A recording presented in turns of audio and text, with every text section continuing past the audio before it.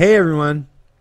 So in this particular video, I'm going to be referencing an interview by Peter Armstrong from the CBC. He was interviewing Stephen Poloz, Canada's governor of the Central Bank of Canada. And I just wanted to cover this. It's about a 13-minute video. And I'll be interjecting my own opinions regarding the kind of narrative that's predominantly espoused by the central banker, the central planner in chief in Canada, so that I can help clarify the thoughts and the processes that run through the minds of these authoritarians, these control freaks, these central planners. These people who truly believe, they think in such a monolithic type of mentality, in such a monochromatic approach where it's all about just numbers and statistics. They never take into account the nuances of what the underlying fundamentals, principles, or premises of what economies entail. You know, like Adam Smith, the invisible hand. No human being, no person like Stephen Poloz, even with all the data and numbers and crunching that they can do with all this aggregate data, they still can't even come close to remotely presenting any kind of genuine narrative where they can truly centrally plan and dictate and micromanage the lives of millions of people. Because people don't function, we're not robots, right? We're not the Borg. We don't all function in one seamless manner, like all following each other, right? No, there's many different variances and nuances and so many aspects of market fundamentals and premises and principles when you're talking about economics and social aspects of our daily lives that, like I say, you got to pay attention. You got to be astute about the kind of rhetoric that these fuckers espouse so that you can understand that, yeah, it sounds good. Like, these are good little 30-second or 1-minute sound bites.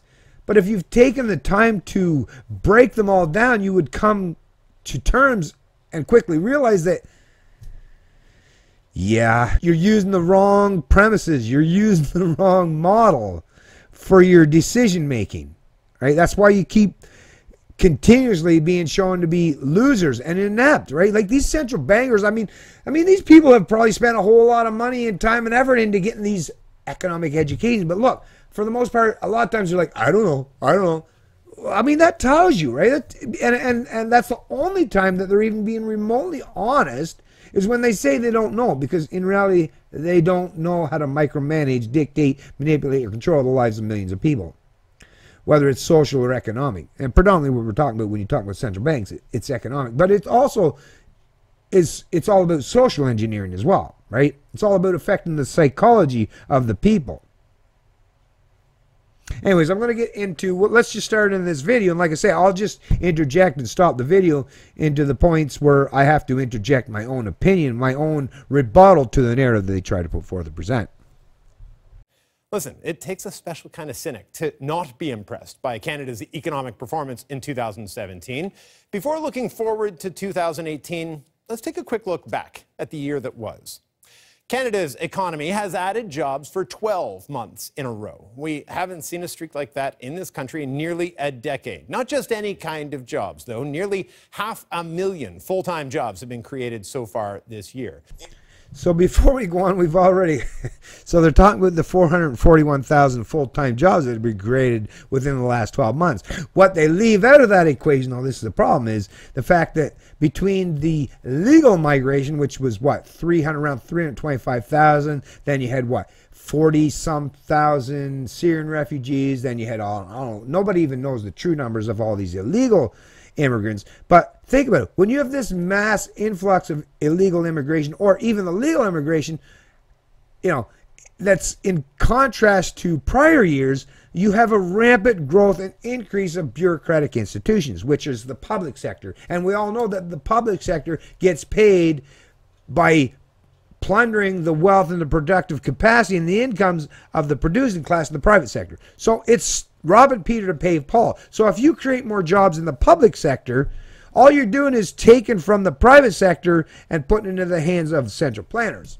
and government people, right? The parasitical class, which, as we all know, how productive are they truly, right? How productive? I mean, if you're just a bureaucrat or just someone that's, filling out sheets or numbers or whatever to bring in illegal immigrants that are going to, and we've seen the economic migrants, and past videos have we seen that 60% of them end up on the doles of government programs like welfare or these income redistribution models. So between, whether you're looking at the majority of them, so 60% of them that end up on, plundering the wealth or the income of productivity. Well, at this point now, it's not even of current population, because that productivity has already been plundered, and that's why we're in massive debts and deficits. So they're looking to plunder future productivity of the unborn.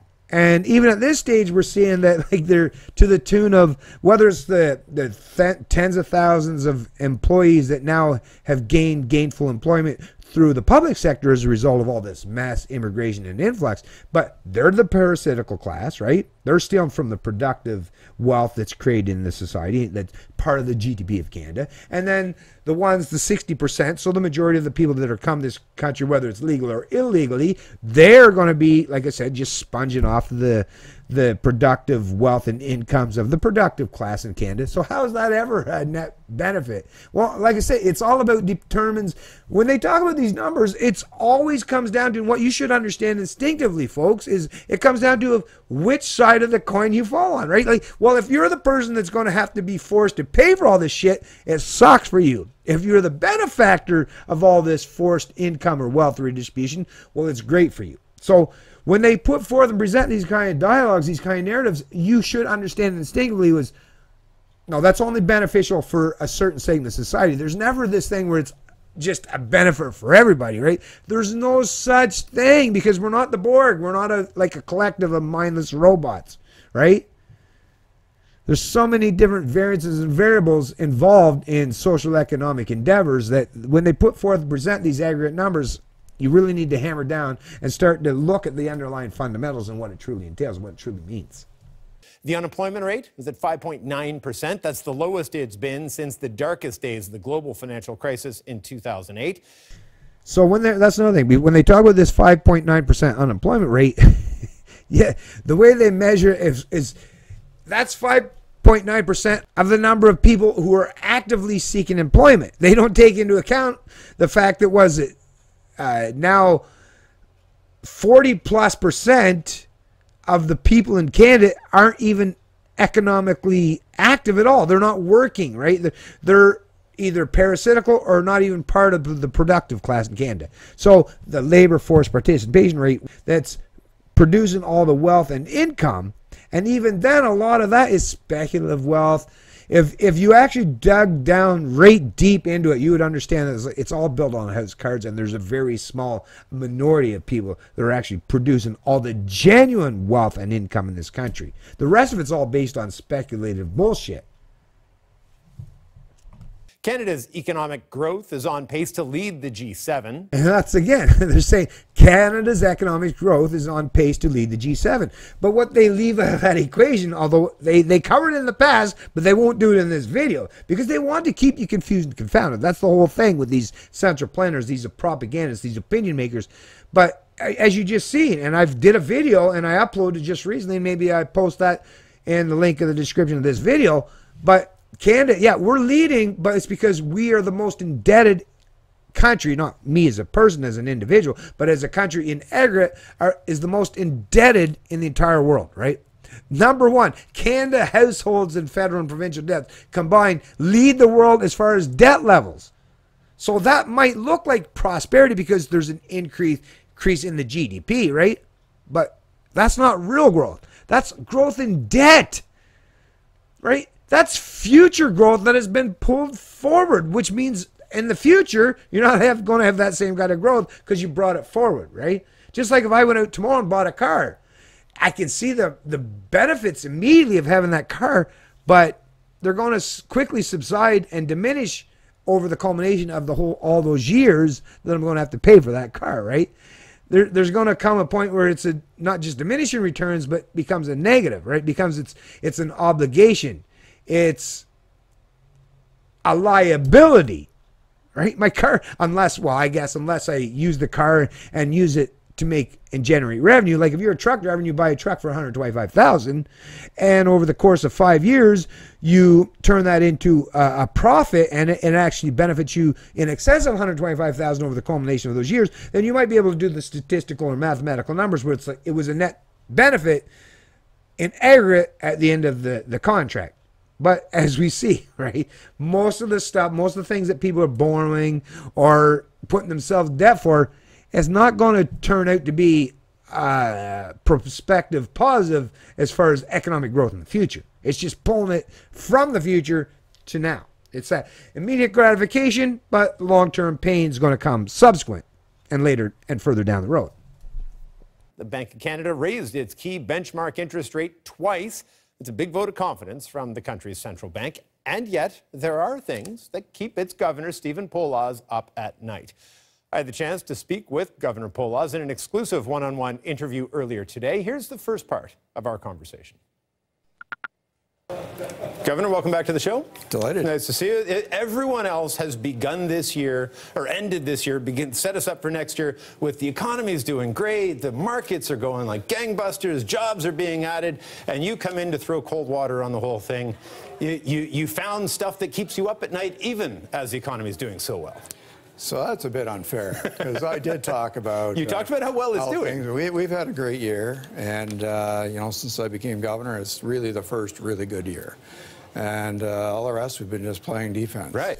So here, he's even admitting it's the first good year. But go back through the history since he's come here, you know, when he replaced Mark Carney, and you'll hear that he was suggesting all those times, right, to keep those animal spirits up, that Canada's economy was doing great, or at least doing fairly well.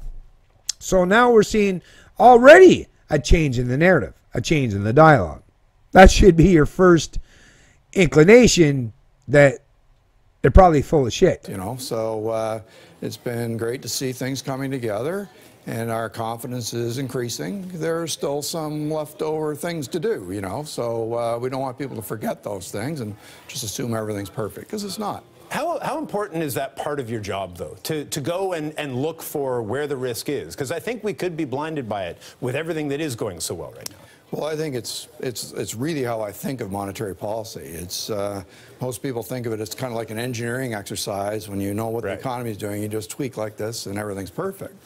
But in reality, we don't know enough to be able to do that. And if you take that uncertainty into your policy making instead of just assuming it away, which is what the previous example does, then you start thinking of it more as a risk management exercise. Right. So which risk is worst that I face, and how do I protect against that? So he's admitted it's a risk management exercise. So it's just about, you know, using their words and their rhetoric to create animal spirits in the population. And like I say, you got to go back to understand not just classical economics, right? Go all the way back to Adam Smith and those folks, but even John Maynard Keynes. But if you understand economics, you know, from the Austrians, the classical liberal economists, or just the market economists, or even monetarists such as Milton Friedman, you will understand that it's all about basically what I'm saying. It's all about creating this pretense of exuberant spirits so that you can force people to have the ability or the capacity to want to spend in the here and now. But what the underlying fundamentals, the underlying principle of all that is completely reliant on people having excess capacity to spend, right?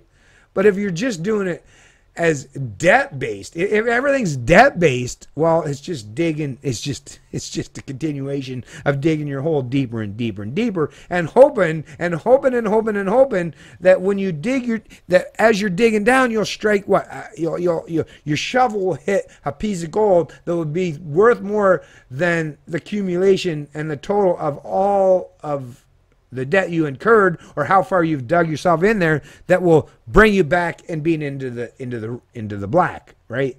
Into positive territory once again. So that's pure speculation, pure wishful thinking.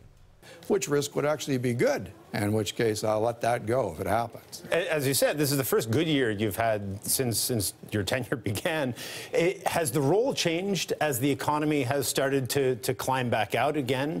Were you then looking for sort of signs of good in the economy to sort of tell us, listen, it's going to get better in a couple quarters down the road, and now it's shifted a little bit?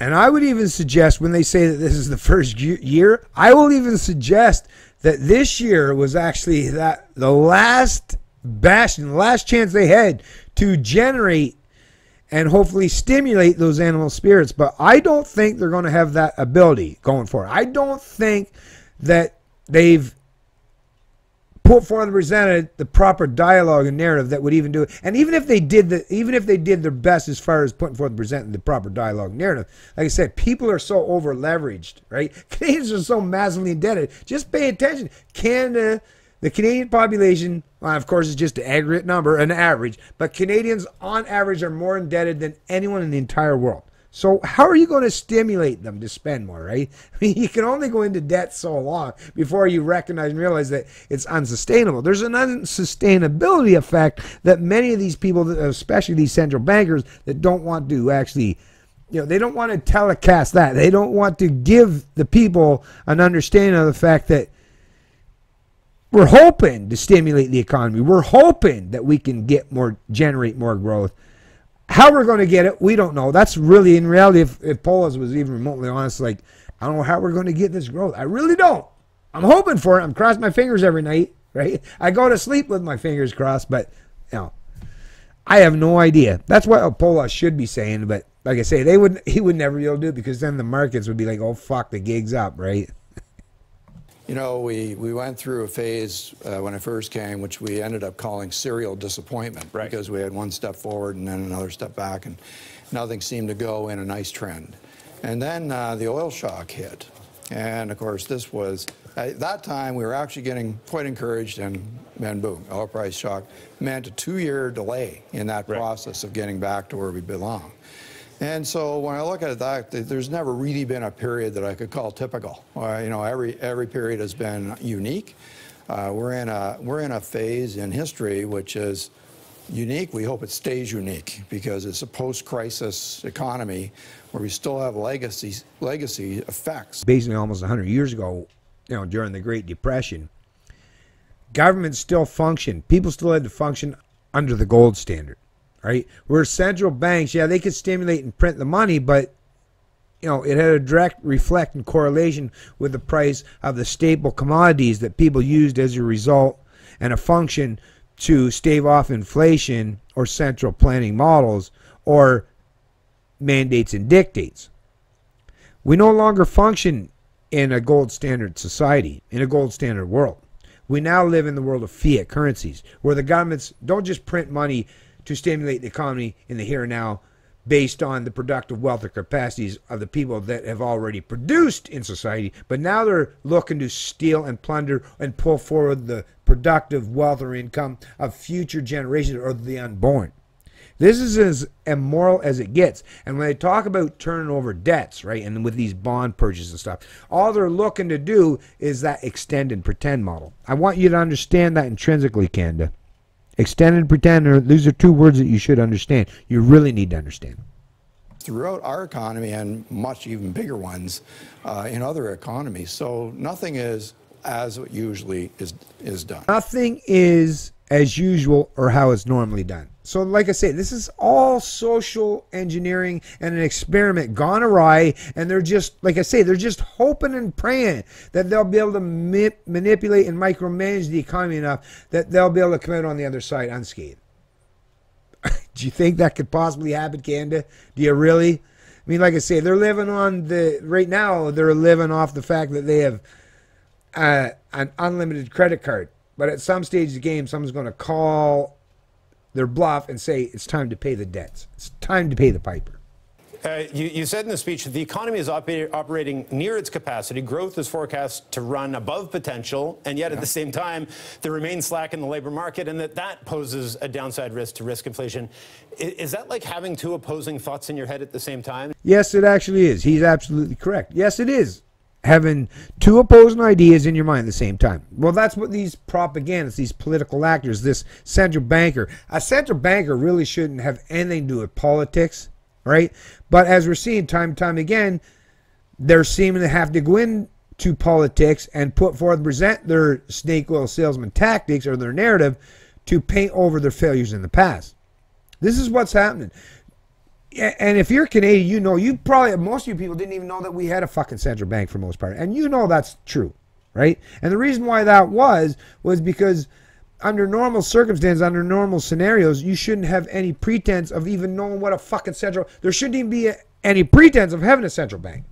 But when things go perilously wrong, as has been the subsequent consequence of the 2008 financial crash, the collapse that really was a recession that would have gone into a global depression, except for the fact that they've used the never-ending credit card and forcing future and success of generations to paint over the malinvestments and the failures of the past. We would, right now, Canadians and all of Western societies would be going through a very protracted and long drawn-out era of economic depression. The only way they've stimulated and kept this Ponzi scheme going is through the central planning model, through central banks printing money and stimulating the economy, which just devalues the currency, which increases inflation rates, which causes, you know, businesses now, look, everyone's got to raise their wages up to ridiculous amounts to reflect that, but then the prices are going to have to be reevaluated and increased to reflect that. So you'll be back to the same fact that even though you're making, you know, a few bucks more an hour, now the prices will reflect that in short term, in short order, and you'll see no net gain as a consequence of all this central planning, of all this intervention in the economy. Now, it's just a matter of picking winners or losers. And when it comes to governments, well, yeah, they have invested interests into picking certain actors in the social or economic sphere as being winners. But for the most part, they're not the ones that should truly be dominating and prospering. And is that a big part of it, is trying to balance out where the good is and where the bad is? Well, this is what I mean by risk management. So for us, we say, you know, by conventional measures, the economy is running basically at full steam. But we can see in the labor market there's excess capacity there. This is a sort of divergence that happens when you have slow cycles like we've had. Normally those things would be perfectly correlated with each other. Right. And so right now they aren't. So what we want is the economy to grow hotter for a while so that it uses up that excess capacity that's still in the labor market. And the way that will happen is companies will invest more, create new capacity with more people, and raise our level of GDP throughout, okay? So that's the process. So did you hear that? At not one point did he say that the employees should gain or have wage level increases. And why that is because if it's all about the employers, the crony corporatists, they can genuinely affect economic prosperity because they're all central planners and crony corporatists. But if the employees, the working class, well, they, like, their animal spirits are totally different, and they may totally undermine all this central planning bullshit and rhetoric that he espouses because they will do their own thing, right? Their animal spirits would be much different. And if they create an actual heated economy in the real economy, then interest rates will have to start increasing at a rapid rate, and then you end up with a whole fucking completely different aspect of this Ponzi scheme that will definitely hurt and hinder the prospects economically and socially for a whole lot more people. But like I say, they just want to keep it in the hands of certain micromanagers so that they can keep a steady hand on the wheel of control in how this social or economic sphere happens or functions in our country.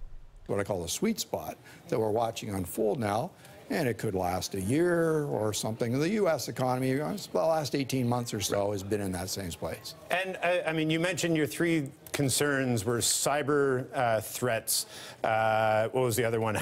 And housing prices and indebtedness, and then of course job concerns for the job market for young people. Yes. Do all of those sort of rotate around those, business investment and exports, and how we as an economy are dealing with those two core things?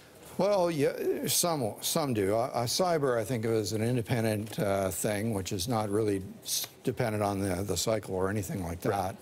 Right. But the other two are actually longer-term issues. So what we hope is that those folks who are young who have dropped out of the workforce, so they're not counted in the unemployment rate today, will return, you know, as the conditions continue to improve. And in the last month, we saw some signs of that. So, so we're encouraged by that. And, you know, there are like 4% of them that were in the workforce before and aren't there now.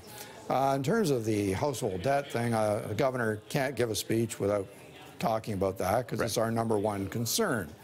And the fact is we've accumulated all that in the post-crisis period. It was a byproduct of the monetary policy we followed. We understand all that. And so what we want to do is make sure that we don't do something abrupt. All this stimulative growth has been built on, like I say, pulling future and productive capacities forward to the here and now. But the consequence of that is going to come later. You can't help but understand that that's going to come later. If I borrowed $20,000 and paid over the next 3 years, that means that whatever my payments are for the next 3 years, I'm not going to be able to spend that anywhere else in the economy. That's just a reality, folks. That is just a reality. You can't escape that reality. But he's not really pointing out the fact because, like I say, with these fucking interviews, it's all just such a concerted effort to propagandize and put forth these political dialogues or narrative to keep you confused and confounded. That's why, to me, the CBC, they're not adversarial at all. They're just, it's just all about, here's your platform, give your best speech, give your best narrative, and hopefully it'll work. There's nothing adversarial about what this gentleman, this Peter Armstrong, he's not asking the tough questions, as you've heard already. He's not asking the tough questions of Stephen Poloz. Think about the kind of questions that I would be asking this guy if I was in one interviewing him. Instead, that should tell you right there the fact that these media people aren't really doing what you really should require or expect of them. Or in some way put our future outlook in danger by underestimating how important that is. It's important in two ways. If interest rates are higher today, it has a different effect because of the level of debt. But secondly, the vulnerability is there, so that if there were a shock like we had in 2008, today the effects would be much larger on the economy. That's a magnifying effect. And so that vulnerability becomes an actual risk if some shock hits. And so what we want is the economy to become more resilient, more sustainable through time, hence the changes to the mortgage rules, et cetera. And really quickly on just sort of the direction of things, you're sounding a cautionary tone. The U.S. is pushing ahead really quickly and plans to have a number of hikes over the next years. I think they're going to be up 3.1% at 3.1% by 2020. Can we afford to take that cautionary stance as we see a divergence in interest rates in the U.S.? Well, it's very important that we have an independent monetary policy. Our inflation targets are our inflation targets. And so the witness that back in 2015, when the oil price shock was really having its effect on the economy, we cut rates twice that year while the Fed raised rates. So that's proof that we can have an independent policy. Because of that oil shock, we're a year or two behind the U.S. in the cycle. And so we have some more time in front of us. And so I think we can have our independent policy. See, Stephen Poloz is lying right there. See, this is when I watch this stuff. This is why I do these videos, folks. He doesn't even want to point out the fact that all the big banks and all the bailouts that happen, that come from the IMF and the Federal Reserve. So when their interest rates go up, whether he wants to increase the Canadian Central Bank interest rate or not, it's going to have a direct effect and correlation for the economic growth and prosperity in the country of Canada, whether he wants to acknowledge it or not. But he's not acknowledging that. Once again, that should be, even if you don't want to trust anything I got to say, that should at least be, once again, a time where it's like, there's question marks, something's going on here. Why is he not representing and putting forth that narrative? Because if he was being honest and consistent, he would at least say that, listen, you know, we can affect our monetary policy and it might diverge from the U.S., but in reality, if their interest rates go up, I mean, think about it. Well, capital investments, right? Savings, pension funds. I mean, the value of the currency. I mean, there's so many underlying variables that will have a direct consequence and effect if the U.S. starts raising rates, but Canada thinks that they can just remain on the sidelines. Stephen Poloz is putting forth, he's doing his best, right, to give you that sales pitch, to give you that narrative. But I'll tell you, watch how, pay attention to this video and watch when that happens. Watch when that divergence starts to present and show itself, and see how quickly that the Central Bank of Canada will have to try to correct and reverse course. And then you realize, oh, fuck it. Bennett was right. Polas was lying to us. Anyways, I'm already 7 minutes of this. The rest, it goes on to Bitcoin and a few other things. But, you know, I'm already into my own video over 31 minutes now. I don't like my videos even going this far because I know a lot of people don't really care to listen to videos that are this long. But I'll post a link to this YouTube video in the description of the video below, so you can continue on and listen to the rest of it. It's, like I say, about another 6 minutes or so. And I always do suggest that you do, just so you can get all the nuanced narratives and bullshit rhetoric, whatever they're trying to espouse, so that you at least understand and have a full grasp of what's being said, not just by me, but by these people that I cover in my videos, right? Be fully informed. You know, don't just rely on me or anyone else. Just be fully informed. Take it upon yourself to do the hard work and put in the effort to understand things more than just, you know, a 30-second political talking point or a narrative or sensational media headline. That's your best defense against these central planners, is being well informed and astute regarding the kind of narratives and propaganda they put forth. It's Canadian Libertarian, and I love liberty.